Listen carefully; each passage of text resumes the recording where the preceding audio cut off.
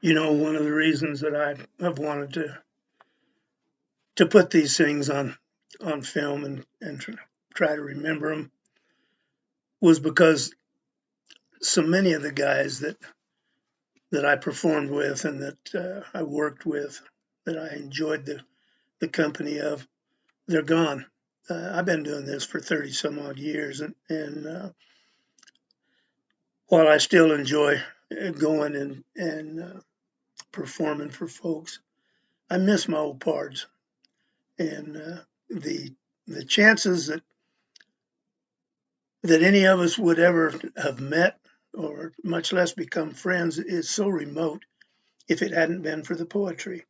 And I thank God for the fact that there are others out there like me and that we have had the opportunity to get together and to share over the years.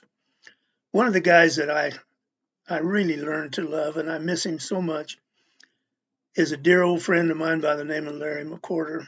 And Larry was a dang short cowboy and a good one, but he was a word master, in my opinion. He could always find the right word or phrase, and was a terrific writer. One of the pieces that he wrote, in my opinion, is not only an incredibly good piece of cowboy poetry, but of Americana.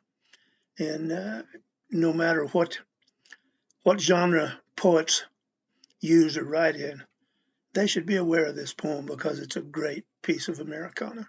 It's called Jhonny, Clare, and I'd like to share this one with you folks. In north central Oklahoma, in the land known as the Osage, the spring and early summer rest so easy on the eye. A lush green rolling carpet marks the passing of Mariah, as she dances sometimes gently with the clouds which dot the sky. Much like a ballerina, she pirouettes and leaps across her stage of prairie, and she seems to never pause, while high above the scenery, a hawk critiques this drama and voices his approval, flapping wings in mute applause. The deer, the birds, the woodchuck, they bear witness from their browsing as they share their home with cattle, the stewards of this land, who took the place of buffalo in harvesting the blue stem after they themselves were reaped when progress dealt death's hand. Should you travel through this country headed west towards Ponca City, some 14 miles out of Pawhuska on the highway state funds pave, some 50 yards or so due south of tar and asphalt ribbon, among the grass wild roses grow, and there you'll find a grave.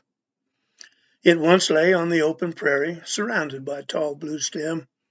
There's now a shorter grass, well kept, devoid of weeds. It seems so humble at first glance, a steel fence, cross of concrete, until close examination shows a cast iron plaque which reads, Jhonny Clare, May 1890, May 1910. Cowboy employed by Dr. Hall of Pawhuska, thrown from his horse and killed at this spot, courtesy of the Continental Oil Company. To be a cowboy was a call this young man gladly answered.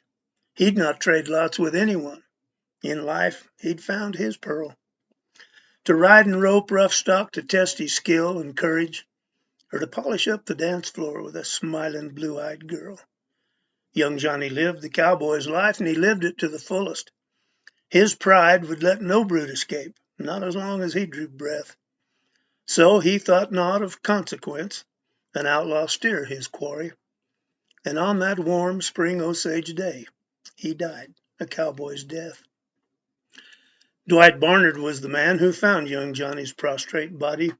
He'd tried to crawl, but he soon succumbed to sun and broken bone. From pulling grass out by the roots, his hands were torn and bloody. Wild with pain, he'd pawed the ground, afraid to die alone. A tinker happened by the way and saw a small crowd gathered. The group was friends and comrades of this young man who'd been slain. He reached into his wagon box and produced a tarp of canvas. So, with wagon sheet for coffin, to rest the lad was lain. A short time later, Lore maintains, a buckboard journeyed out there, and it carried Jhonny's mother to his final resting place. Her black dress blowing in the wind, it said she stood for hours, praying and remembering as the tears streamed down her face. Beneath the rich black Osage sod, her precious son was buried, the one to whom she'd given life and nourished from her breast. And though grief was strong, there was some consolation. At least she could die knowing where her Jhonny lay at rest. But how many young men like her son had gone to seek their fortune? Their siren call, the lowing herd, the whispering prairie wind that beckoned to the spirit of those who tamed the West and left their loved ones wondering if they'd ever meet again. How many young men like her son met death upon the prairie, their flesh preceding bleaching bone and melding with the sod?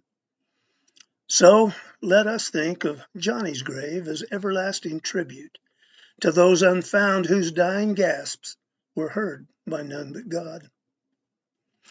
In north central Oklahoma, in the land known as the Osage, the spring and early summer rest so easy on the eye. A lush, green rolling carpet covers Jhonny Clare, young cowboy, but his spirit's free and dancing with Mariah in the sky. Larry McWhorter, love you, guy. Adios. God bless.